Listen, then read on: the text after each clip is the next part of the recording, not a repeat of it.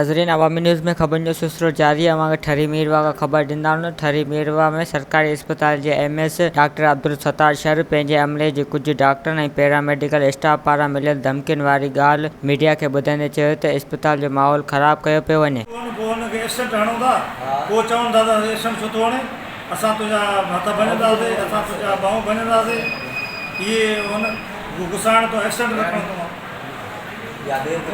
या देर करे अचण से उन्हें चवंदो सवेर अचो उन्हें तो थियो आहे ऐं हाणे ताईं तो मां पंहिंजे ऑफिस में वेठो ऐं अची करे गारियूं गंद ॾेई करे धमकियूं ने दरवाज़ा बंदि कयईं, सॼे स्टाफ खे वर्गलाए हड़ताल ते वेही रहियो आहे ऐं बसि मुंहिंजो त को ॾोह बि न आहे।